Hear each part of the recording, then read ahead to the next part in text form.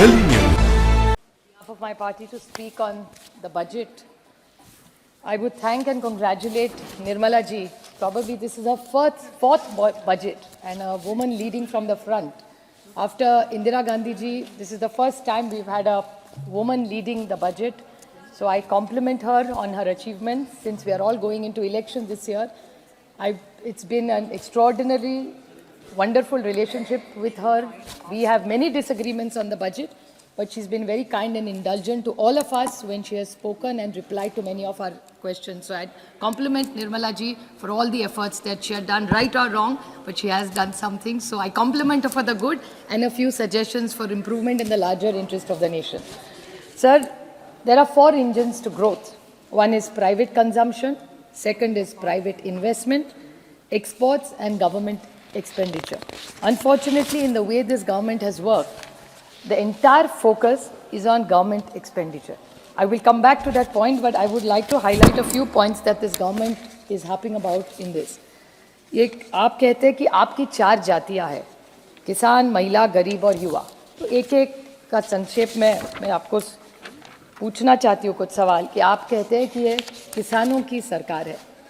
तो किसान का सबसे ज़्यादा नुकसान सर आप और मेरे निर्वाचन क्षेत्र से में सीमित है, वो है प्याज का. आपके यहाँ भी प्याज की दिक्कत है, मेरे यहाँ भी है. ये पहली सरकार है इस देश के इतिहास में जिसने एक्सपोर्ट पे बैन लाया है. किसान के प्रोडक्ट पे इनको पाकिस्तान का किसान को 2 पैसा ज़्यादा मिले चलता है, लेकिन उनको भारत के किसान को 2 पैसा नहीं देना है. और बाहर से लाएंगे प्याज, लेकिन यहाँ से बाहर नहीं जाने देंगे. क्या इनका कौन से किसान के लिए इनका प्यार उबल रहा है, मुझे समझ में नहीं आ रहा है सर. और ये फिर 10 बार हमने कॉमर्स मिनिस्ट्री को पूछा है, विनती की है.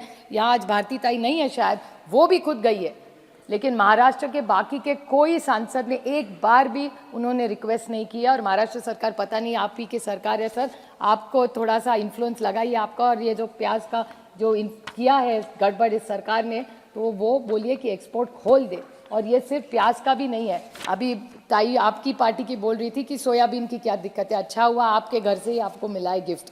तो वो भी कह रही थी कि आप सोयाबीन को अभी भाव नहीं मिल रहा है.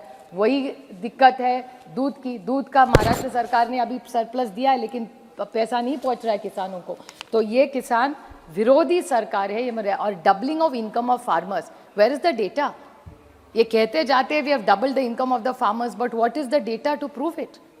Yes, this is one of that जुमलेबाजी कि हाँ डबल करेंगे. आजकल वो कहते भी नहीं है. And if you ask this entire data which shows of this government, I'm purely going by data which is available in the government of India. In commodities, if you go by paddy, if you compare UPA and NDA, 10 साल में 138% we have increased the price, while in their 10 years only 60.5.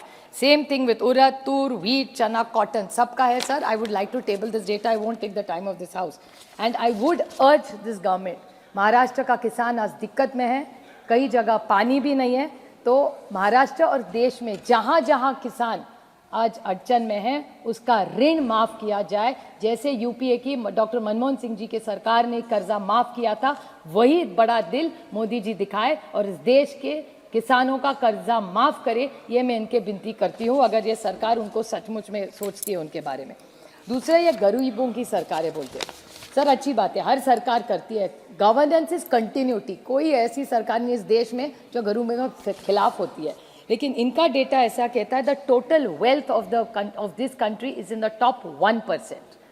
बाकी के सब 1%. Sir can you imagine 40%, 40% इस देश की जो wealth है वो 1% में है सर.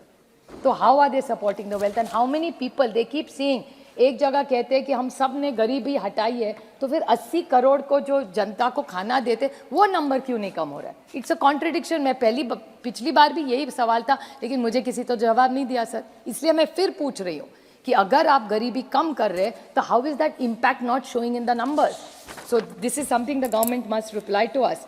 एंड गरीबों के लिए इन्होंने जनधन योजना जो चिदम्बरम साहब ने शुरू की थी, और ये गरीबों के लिए, शोषित, वंचित, पीड़ित के लिए बहुत अच्छी बात है. लेकिन जनधन योजना में जो अकाउंट है, 50 करोड़ से ज़्यादा अकाउंट्स है, उसमें से 20% से ज़्यादा नॉन ऑपरेटिव है, उसमें से महिला के ज़्यादा है.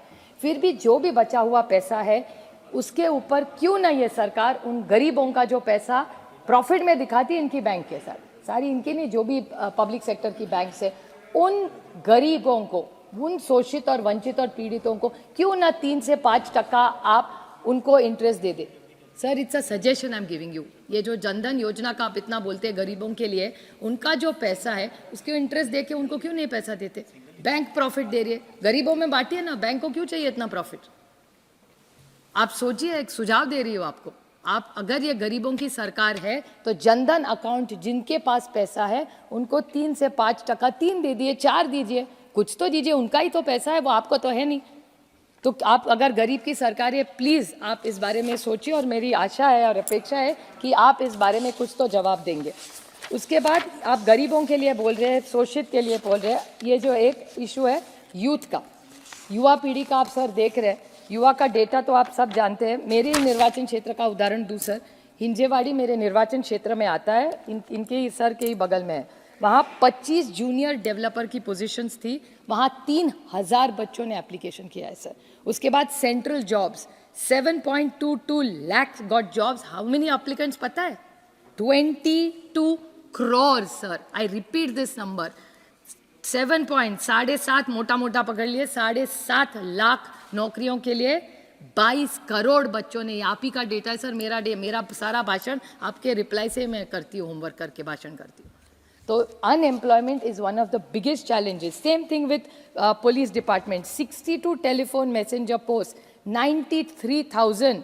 और कौन कौन है? यूजी, पीजी और पीएचडी वाले बच्चे आज पुलिस डिपार्टमेंट में टेलीफोन मैसेंजर का काम करेंगे सर। तो अनएम्प्लॉयमेंट तो है ही, तो उसके बारे में आपकी सरकार यूथ के लिए इतना सारा कर रही है, तो उसके बारे में नौकरियां तो हो नहीं रही है, आर्टिफिशियल इंटेलिजेंस होने वाला है, it is going to disrupt our lives, jobs are going to change already. अगर आप थोड़ा सा होमवर्क करें सर, आपको पता होगा कि पुराने ज़माने में 10 साल पहले जब इतनी टेक्नोलॉजी थी नहीं, तब अनएम्प्लॉयमेंट का जब रेशो हुआ करता था, अगर आप 1000 करोड़ अगर इन्वेस्ट करें ना सर, तो उसमें I give you the exact number, when you invested 1 crore it led to 33 jobs in 1994 which fell further. तो 1 करोड़ को 1994 में 33 जॉब्स हुआ करते थे, इन 2015 8 जॉब्स, 8 ही है, because technology has change our life. So what is this government's plan for unemployment if you are such a youth progressive government? महिलाओं के बारे में बहुत अच्छा भावना जी भी बोली, महिलाओं के लिए बहुत करना चाहिए, अच्छी सुझाव दिया। I just have 2 small questions about this to ask this government कि आप उज्ज्वला योजना के बारे में इतना कहते हैं, तो रिफिल्स 50% से भी ज़्यादा नहीं है। So how are you calling it your flagship program? People don't afford it.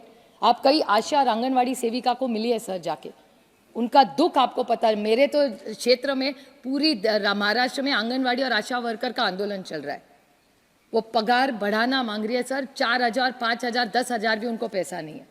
तो अगर आप महिलाओं के लिए कुछ करना चाहते हैं तो हमारी आंगनवाड़ी और आशा वर्कर का पगार बढ़ाइए, परमानेंट करिए और उनको पेंशन भी दीजिए। इसके बारे में सोचिए अगर आप सचमुच महिलाओं को कुछ उनके लिए कुछ करना चाहते हैं।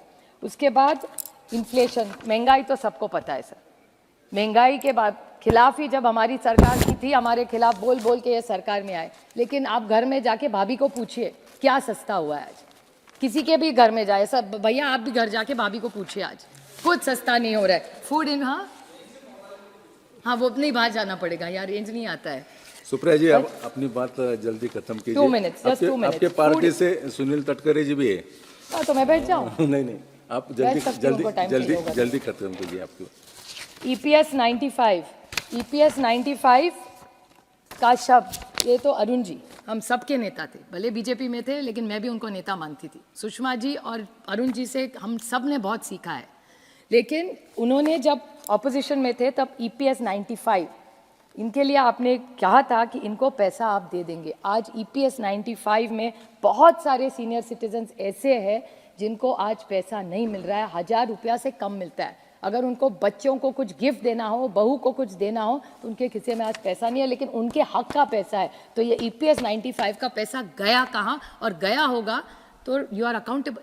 इस देश का पैसा है, इस सीनियर सिटीजन जिनके कारण हम खड़े हैं, इस देश के जो बुजुर्ग हैं उनका पैसा है, वो आपके पास है, लेकिन कहाँ है किसी को पता नहीं, आप दे नहीं रहे। फिर रह गया डिमोनेटाइजेशन और करप्शन। निशिकांत जी भी बहुत अच्छा बोल रहे थे, उनके स्टेट का इशू। मैं उनको पूछने वाली हूँ कि मैं भी दंग रह गई जब वो करप्शन और भ्रष्टाचार के बारे में। अच्छा है, भ्रष्टाचार देश मुक्त होगा तो मैं आपके साथ खड़ी रहूंगी। एक बार करके तो दिखाएं आप। जिस पे आरोप करेंगे उसके एक्शन लेना पड़ेगा, सिलेक्टिव एक्शन नहीं हो सकता। तो ये जब आप करेंगे तब मैं उनको याद दिलाना चाहती थी कि ये जो पेटीएम स्टोरी है सर 2-3 मिनट लूंगी, मैं खत्म कर दूँ, मैं बजट पे ही बोल रही हूँ सिर्फ। ये पेटीएम का स्टोरी है, मुझे याद है जब डीमोनेटाइजेशन हुआ था तब डीमोनेटाइजेशन के बाद सबसे ज़्यादा बड़े एड्स किसके आए थे, तो पेटीएम के आए थे।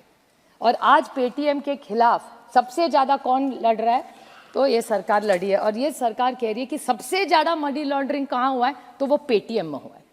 तो आपकी सरकार इतने साल कर क्या रही थी? फिर डिमोनेटाइजेशन करना गलत था कि पेटीएम गलत था या टेक्नोलॉजी गलत है? और फिर निशिकांत जी कह रहे हैं इतना पैसा मिल रहा है, कैश मिल रहा है, तो इतना कैश इन सर्कुलेशन आया कैसे?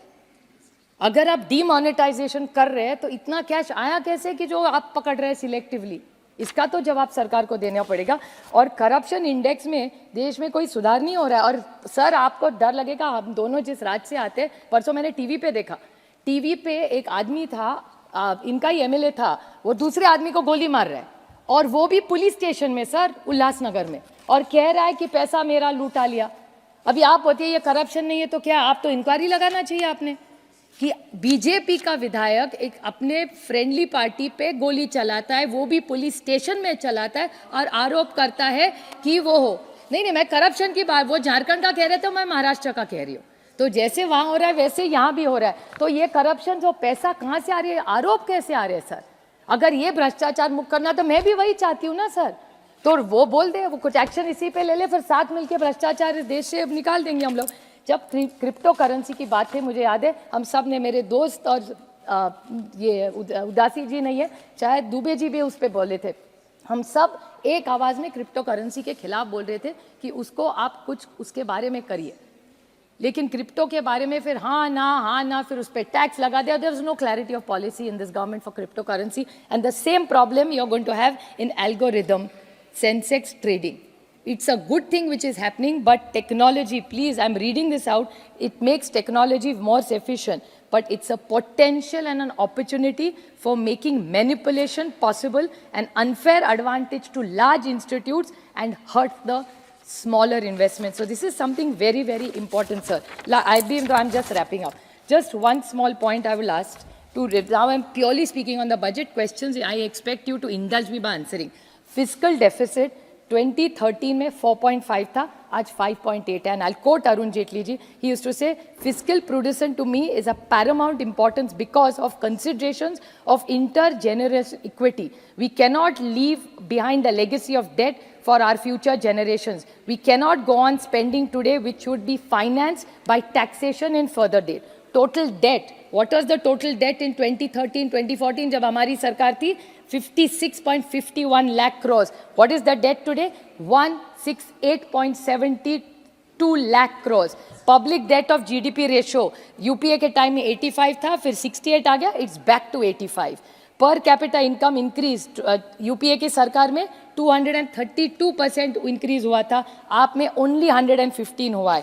पर tax matter disputes, Arun ji का ही स्टेटमेंट है कि डिस्प्यूट्स मस्ट बी रिड्यूस्ड. आज क्या है? 5.61 lakh cases of values of 29 lakh crore of tax matters are now pending. आपने 25,000 का किया, बहुत अच्छी बात है, मैं स्वागत करती हूँ, लेकिन इसका आप क्या करेंगे? So these are many questions and that I go back to the beginning of my speech that for engines of growth, private consumption, private investment, exports is not doing well. उसमें तो हमारा प्याज को भी मार दिया आप, ये सरकार ने एक्सपोर्ट में. So government expenditure, they talk about cooperative federalism, devolution of tax में 15 finance commission has said 41%. आज already अभी सिर्फ 30 और 35, last literally half a point, not even one. Asking, and the governments are asking for 50%. They are giving 30 to 35 and finance commission and confirm 41%. Cess and charges, मैं तो 15 साल से 10 साल से मैं थक गई पूछ के कि ये सेस और चर्चा जाता कहाँ है. जब पहली की सरकार थी, it was 88.16%. Now the gross revenues are 28.08%. तो where is this cess and surcharges going?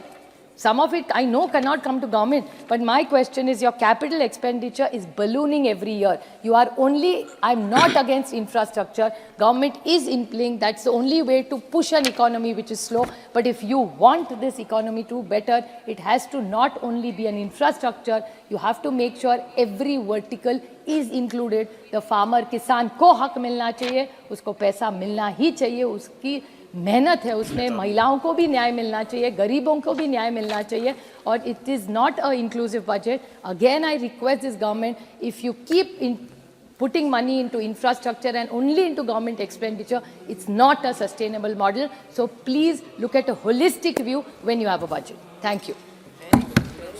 B. Mehtab ji.